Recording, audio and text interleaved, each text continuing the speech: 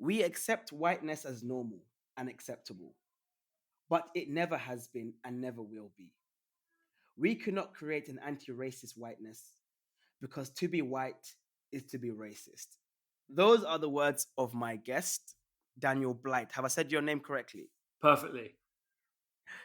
So, bro, me reading it as a black man, I'm thinking to myself, okay, ooh, that's a bit touchy. Not because maybe so much of the content, which I guess we can have a discussion around the content, but I can just imagine what the response of white people to that would be. So the question is, why did you write that, and why do you do what you do? Which seems a consistent theme in as well the book which you've published, Image of Whiteness. And thank you for sending it to me, by the That's way. fine. I guess the reason why white people might not enjoy that statement or be able to, let's say, open it up in their own minds is because of a lack of willingness to be vulnerable to new ideas, and also a Okay. sense in which there's a massive ignorance among white people about the history of racial whiteness or what it is to be racially white. My Mhm. basic position with respect to the line to be white is to be racist Yeah. comes from the idea that if you kind of trace a history of the invention of racial whiteness back to, say, the 17th century and Yeah. New World colonialism, it's hard to not see it as fundamentally a violent, murdering, land grabbing, aggressive force.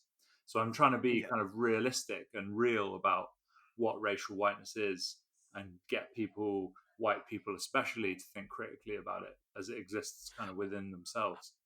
Okay, so I can totally understand. I mean, as you quite rightly said, and I believe it's W.E. Du Bois who points out the creation of race. And he's so, and with the kind of late 18th century, we see the creation of race, and we see the kind of birth of scientific racism. Mhm. So I understand that, and we understand, and I do say, the categorization of people into races based on skin color is racist in and of itself. Uh-huh. So I totally get that.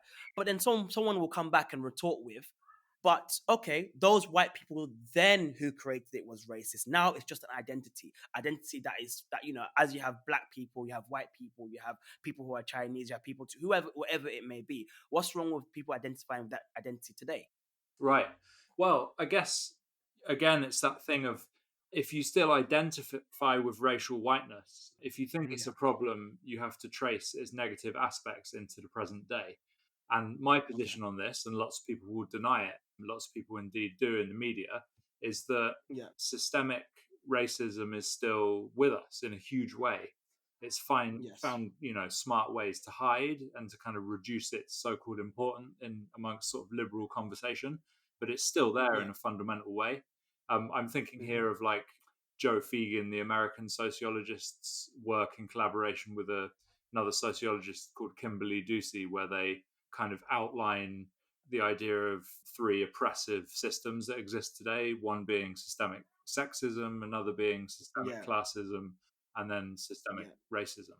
So I think if you trace Yeah. the kind of history of racial whiteness in a pot or in a nutshell from the 17th century up to the present day, it still very much exists. So to kind of align yourself with it seems to be counterintuitive or oxymoronic if you understand the fact of it being a form of violence, effectively. I understand. Again, I want to kind of push back and maybe explore that further Uh-huh. on the thing of historically, yes, people can. I mean, I'm not somebody who I consider myself quote unquote pro black. People can understand what they mean from that as they wish. But people would say historically, yes, for the last 400 years, undoubtedly, white people on the face of the earth has shown they can be extremely violent, and they have been extremely violent. Yeah, but in kind of move the conversation forward into modern day. And again, we've moved from what we say illiberal racism to more liberal racism, where it's more an institution, it's more systemic and systematic, and that which permeate our institutions. Understood. But as an identity marker, can white people then not be racist? Then are you saying the white? Because I mean, another part in your book, you say to be white is to be intrinsically racist. Well, I'm basically Surely that can't suggesting be. that there's a paradox at play. Like, if you Hmm. accept that you're racially white, as I do, for example, Yeah. I can't, in good sense, simultaneously accept that I'm not a racist because I am socialized to be racially white, which to me Hmm. equals racist. I can't, in my study of the history of racial whiteness, I can't save it in any way. I can't kind of find a way to recover it as an identity. I'm open to that idea, but I'm very dubious about the fact that it could be, resuscitated, if you like. It's basically a form of, social death from its very existence to the present day, as far as I'm understanding it. Super, super interesting. So my question is, as a white person, how did you get to this position? Right, that's a great question. Mostly through the work of an amazing American philosopher named George Yancey. I came across about 3.5 years ago a book of his kind of collection of essays, Yeah. philosophical essays on whiteness is the subtitle. The book's called Look Okay. White, which is a kind of riff on that famous W.B. Du Bois line. The What I took from it is that there are deep questions to be posed about the nature of racial whiteness and whether it is anything that we can save. And George Okay. Yancey, at a conference I organized in 2017, posed the question, what if to be white is to be racist in a fundamental sense? So Okay. in terms of a kind of philosophical project, I owe an immense amount to that particular philosopher. Now, there are obviously a Okay. number of other scholars that pick up on these ideas. A number of them American, some British too. In the States, you've got kind of critical education scholars such as Zeus Leonardo, another philosopher, Okay. Barbara Applebaum, who write about these kind of social relations of whether it's possible to be both simultaneously good and white, for example. So yeah, I'm kind of through scholarship, I guess, I've come across these ideas. So that's super interesting. So you're going the full mile then, because I would say we have to challenge the notion of white supremacy, for example, and white privilege, whereas you would say you have to challenge the notion of Oh, you seem whiteness to in be and of cutting out a itself. bit. So yeah, I mean, I definitely would agree with you in that yes, we challenge the white supremacy, of course, and white privilege, but you're going the full mile, as it were, and saying we have to challenge whiteness in and of itself. And if you're challenging whiteness, what will replace it? What replaces whiteness then as an identity for people? Well, I guess going back historically again, it's about kind of reversing that false connection between the invention of racial whiteness and white skin, which is really a Mm. signifier, right, of racial whiteness. So the first thing, Yes. and I sort of say this in my book, is that my whiteness has very little to do with my white skin and much, much Okay. more to do with the way that I involuntarily subscribed to a particular kind of social system or social organization in the Yes. sense that we live in a fundamentally white supremacist world. Yes. What has been the reaction to you, by the way? I'm just curious to Huh. know. Very mixed. Okay. So, yeah, lots of disgruntled white trolls, but, Okay. like social media, but I don't take any of that stuff seriously because they don't sort of step up and meaningfully engage with the ideas, right? It's just sort of Of course. trolling, and then it ranges from like death threats all the way through to like Oh wow. open minded white folks being willing to have critical conversations. That's okay. I can imagine people being disgruntled, but do you still feel like the way you do things is like the best course of action? Do you feel like it might just get people's backs up when and people just not being open minded, willing enough to engage? I think so. In a sense, yeah. I've thought about this a lot, right? Because most of what I do is in the Yeah. classroom, and obviously, I'm not as polemical in a sort of teacherly context. Much Yes. more about presenting evidence and persuasion and sort of two sides of an argument. But in Of terms course. of Yeah. like the book and some of my critical writing, it's a lot more polemical. I mean, what I'm getting from black and brown scholars and scholars of color that have been working on these issues Yes. far longer than me is that like white people have had quite enough time to figure this shit out, and Yeah. there needs to be more people willing to sort of step up and be openly critical about this stuff. But at the same time, it's about education and about learning. So I hope I kind of get that mix right. Yeah, trying to get the balance between educating people. I mean, the thing is, but do you not feel like with what we see rising Trumpism, rising populist and far right movements, that job has become all the more, much more difficult because there is like a pushback right now on what it means to be right and asserting whiteness as a form of dominance. Yeah, definitely, especially with regards to it's called quote unquote white ethnicity. So Yeah. there are even kind of like senior academics in political science that are trying to reclaim the kind of notion of white ethnicities as something that obviously plural, but also can be positive, like, the idea being that it's okay to be white and that people shouldn't feel embarrassed about that. And I think that their intentions are good, but they fundamentally misunderstand what's at stake. And my kind of retort to that is it's absolutely fine to have white skin. There's very little you can do about Yes. that. But if you dig into the history of racial whiteness, there's very, very little positive aspects to be found or recovered. So I don't think whiteness is something that people need, that white skinned people need. They don't need to cling to it. But it's obviously tied in and bound to, capitalism, neoliberal capitalism, Yeah, of course. classism, etc., etc. So it's unpicking that as a sort of project, I guess. Pushing back again, the person who says that, but okay, I'm white. So are you saying that it's the issue is identifying with white? Obviously, you said you can't choose to change the color of your skin. I mean, people can tan and people can bleach their skins. It works both sides, Yeah. but so people can't change their skin, but it's the identification with whiteness which is the problem, and that cannot be separated from being a racist. Pretty much, because you can't. I mean, like, if you think about all the typical things that white people like to say they Yeah, did well, right? So one of the kind of yeah. aspects you see in I was going to ask you, you read my mind. I was about to go on like, okay, someone would say, we had a empire and all these things. yeah, This is our history, and then you see how people get upset with the removal of statues, for example. exactly, absolutely. I mean, Yeah.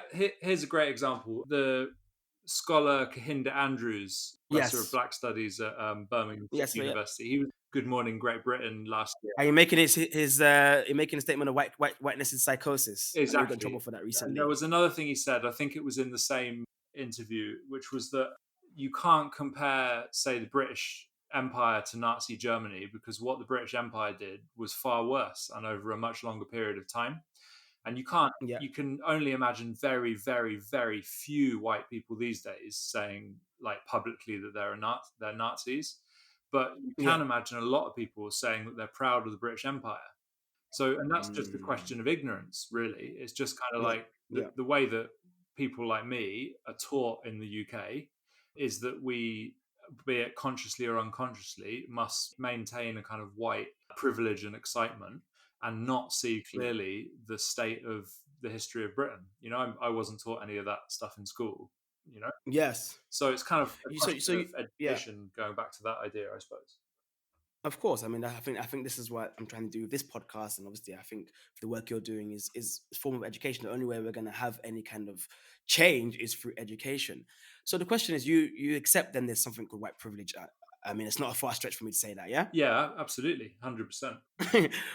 At which point then did you realize there was something called white privilege? Because it's very interesting. I think it's very important. It's so easy to become, black and white, pun intended, in these kind of dialogues with on race. You can be very, oh, okay, one way. This is only one way to see things, and I feel like sometimes it could be to the detriment of the argument. So I try to have a discussion. I think that what, when I speak to a lot of white people and they don't get where I'm coming from, or they can't understand where I'm coming from, I understand in many ways that they are coming from a position where they've never had to question the positionality in this world. Uh huh. They've never had to think to themselves, am I getting this treatment because I'm white? Exactly. It's not even, it's not even coming in there. It's not even within their kind of remit of how they view of lens of how they view the world in any way. Whereas for me as a black man, obviously, if I'm getting followed in the shop, for example, or I've had several racist incidents against me personally, some overt, covert, naturally because of what blackness is tied to and what it's seen in society and portrayed, I immediately go to, is it because I'm getting this treatment because I'm black, for example? So, you know, is it just the fact that we have to get white people to critically engage in what it means to be white? Because again, if you've never questioned your positionality in the world, how can you arrive at that? How can you arrive at that position? Because I mean, as a famous quote, I mean, someone that's been quoted a lot recently, if you're accustomed to privilege, equality feels like oppression. Yeah, exactly. This is the issue with this kind of hyper white sensitivity, or however you want to phrase it, in which there's a kind of Yeah. immediate defense mechanism, which is psychological. And in a way, it's kind of human because it's about protecting yourself. And we all have Yeah. those impulses, right? And it seems, Yeah. if you listen to sociologists and psychologists, that we also have those impulses of protection in terms of our social groups. Uh, Yes. but the, for me, the question is, like, I stumbled across this idea of racial whiteness 3.5 years Yeah. ago. Hadn't heard a whisper Okay. about it before that. You know, it was like Yes. I'd been taught a bit about like the fluid social nature of gender and about colonialism at Yes. university, but only very briefly. And so Yeah. it opened up a lot of questions for me. And the issue for me was like my own interests are at stake here, right? So there's Mm-hmm. two things happening, right? On the one hand, there's a kind of like a sense in which I hope I'm being open-minded and critically driven to understand myself, you know, vis-a-vis racial whiteness.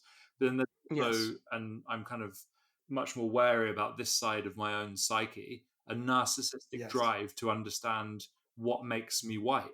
And there is somehow a kind of Mm. hope in me that I might recover it, even though I know Okay. fundamentally it's not something to be saved, basically. So I'm in that sense I'm Wow. an abolitionist, right?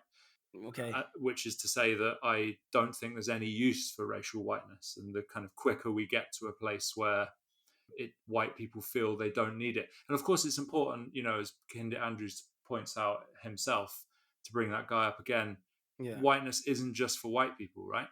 It's like it's a Yeah. social system that, irrespective of the color of your skin, you can take on and recapitulate and support. Yes. Wow. Okay. Heavy. I mean, that's super super heavy. So yeah, at which point then did you realize?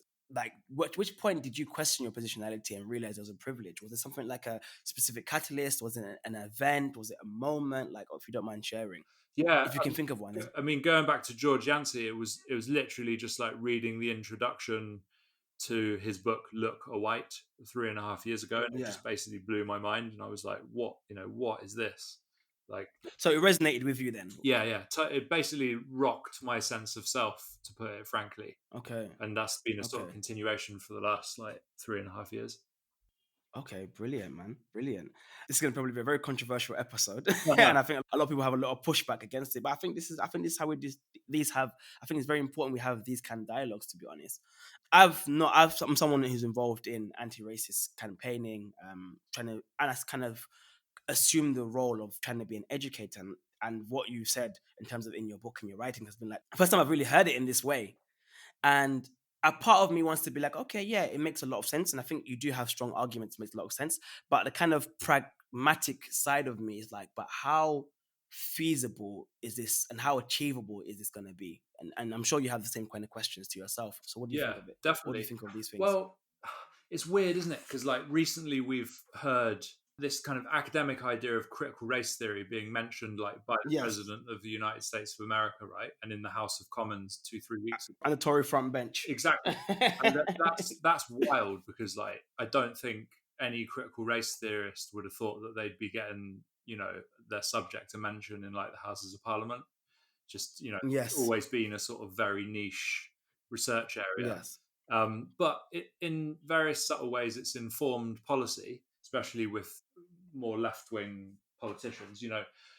But Yeah. I think whether it's achievable is interesting, because what we've seen with this like backlash against critical race theory, of course, lots of the Yeah. people that mention critical race theory in these like Don't have a foggiest idea what it's exactly, about. they don't know what they're chatting about, and that's pretty obvious by the Yeah. way that they assign all manner of things to that umbrella term when they don't really understand what it does specifically. Exactly. So that's one question, but it gives me sort of a weird sense of hope, because it means there's a defensiveness on the right and in the Yeah. kind of white denialist camp that means Hmm. they are provoked by these ideas, and Yeah. they potentially see them as a risk to the continuing dominance of, you know, neoliberal capitalism. That's a very good point. I mean, if you look at Kemi Badenoch, who spoke about critical race theory in Black History Month, I mean, she Exactly. says that, it is a Marxist and this and whatever. And she said, if you teach white privilege as an uncontested fact, you could be, face the law and all this crazy stuff, which are quite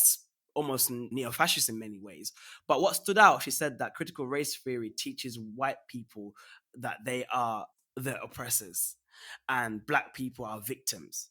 Right. And I find that very strange. 'Cause I'm not sure critical race theory does that in that way, but okay, No, if that's what I she, mean, that's what. not in the way I use it, and not in the way I've read any of the scholarship. You know, I think this is a kind of Yeah, myth that's like been built up by a kind of a combination of things. One is on a kind of subtle critique of it amongst a number of political scientists. I'm thinking about Eric Yeah. Kaufman, for example, at Birkbeck, who wrote a book called White Shift, Okay. where he's, and it often takes the form of a general attack on postmodernism, which is Yes. like he takes kind of umbrage with a particular kind of theorizing that emerged in the 20th century, and then that often Yeah. gets lumped in with a kind of wider critique of CRT.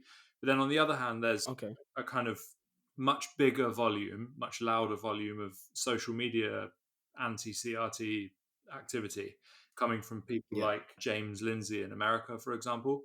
Now, it's kind of Okay. total assumption, but I'm thinking to myself, one of the reasons that a mention of CRT made its way up to the president was Mm-hmm. because of people like James Lindsay, who have, on the one hand, the Okay. face of being scholars or academics. He clings to his maths PhD like it's the only thing Yes. he's ever done that was worthwhile, using it as a kind of badge of honor to drive through, Yeah.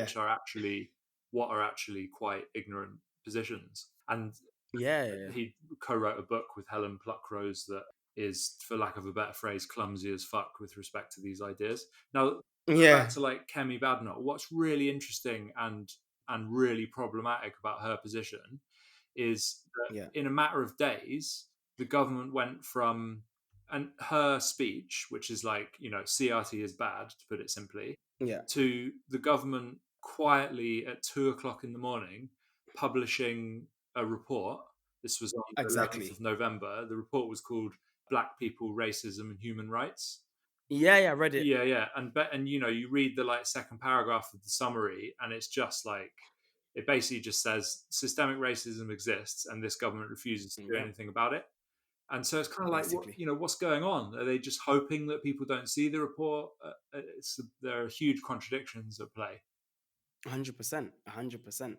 And I wanted to speak about the phenomenon, if you don't mind engaging. Finally, the phenomenon when we see things like people like Candace Owens, for example. Right. The phenomenon when we see these, and in the UK we have our fair share as well. These kind of, and I've always say that if you want to make it in mainstream media, you can be one of two people, one of two archetypes, if it were, as it were. You can be the white man who's obtuse and you make it in mainstream media, or you can be the black person who says things that white people wish they would want to say, basically, in Right. Yeah. public. Okay. When you see like Candace Owens stuff, what has if you're gonna analyze that, has she just embraced whiteness? Is she just a grifter? What do you think? I think it's like, what's really interesting, right, is that lots of these people that I fundamentally disagree with aren't stupid. I can't. Yeah. Candice Owens is an intelligent woman. Like Toby Young is an intelligent guy. So is Eric Kaufman. He's a professor. So is James Lindsay as a PhD in maths. Right. Even if I think those people, If you think, okay, the rest of bar Candace Owens, I think I agree with you. I don't think Candace Owens is that well, intelligent, if but not, okay. I'm trying to be sort of polite and give her some credit, right? She's well spoken with that, okay, and she can argue. Yeah. That's what you mean. I She guess can argue very. that. She can present a coherent argument. I give her that. Fair enough. Mhm. Yeah. So I've only really, I mean, I've seen like news clips and stuff. I think the most sustained like amount of time I've spent watching her is when she did a thing with Russell Brand on his vodcast.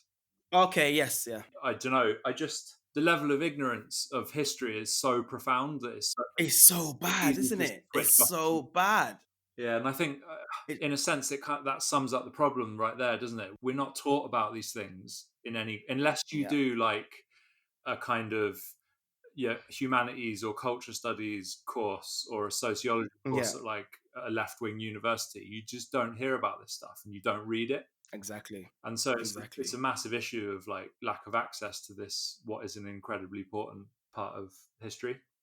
100%, 100%. I mean, I know people can engage with you in your writing and engage with you in your from your book and your Twitter, but if you're going to speak to the masses of white people right now, what would be a takeaway you would like to say? To white people at large, Yes. just read The History of White People by Nell Painter, which is a great book and Okay. will kind of open your eyes and your mind to what people with our skin color have been through socially. I don't mean that in the sense that we've had it tough. I mean that in the sense that we've had a kind of collective experience of being massively dominant for 400 years in an incredibly violent way.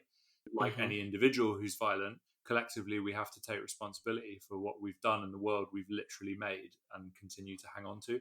There's one And, one example. There's a number of other books I could yeah, mention. and I think it's very interesting actually. I feel like two things that kind of pop up to mind and that always stick into my head when I think of race dialogue and race relations. The first thing I believe is, the race worker Jane Elliott, I believe, when she goes, her famous kind of room full of white people, stand up if you'll be comfortable with treating black people, if the society treated you as black people are treated, and no one stood up. Right. And then equally, when you see, Amy Cooper famously said, "I'm gonna call police and say there's a black man here." And I thought that's very scary because day to day, I'm sure Amy Cooper probably was a lovely person. I'm probably she had black colleagues. I'm sure she stood behind black people on the line. Like overtly, she wasn't racist, but she knew she could weaponize her whiteness and get someone potentially killed. Yeah. And I thought that puts a lot of people on edge. If I'm honest. Yeah, I think that does. It's an interesting point because it's like there's so much kind of unconsciously at stake, right? There is a kind of deviant side in Yes. which a white person consciously mobilizes or weaponizes their whiteness, Yeah. and that's like venomous. But there's also a sense in Yeah. which like all white people mobilize their whiteness on a daily basis without knowing it. And Okay. that's How so? a question for psychology, isn't it? And Yeah. there's lots of interesting research done in that area too. Okay. Brilliant, brilliant. Thank you so much for talking to me, man. Where can we get your book first and foremost? You can get it through. It was co-published by Self-Publish Be Happy and Art on the Underground, which are an organisation funded by the Mayor of London, and you can get it Okay, through the Self-Publish Be Happy website, okay. straight off their website. That's called The Image of Whiteness, isn't it? Yeah, the Image of Whiteness. Image of Whiteness, and people can find you on social media. I'll post Daniel's socials in the comments. Thank you so much, guys. Thanks for joining me. This is the Malcolm Effects. Please like, comment, and subscribe wherever you're listening from, be that Spotify, Apple Podcasts, or YouTube. Until next time, peace out.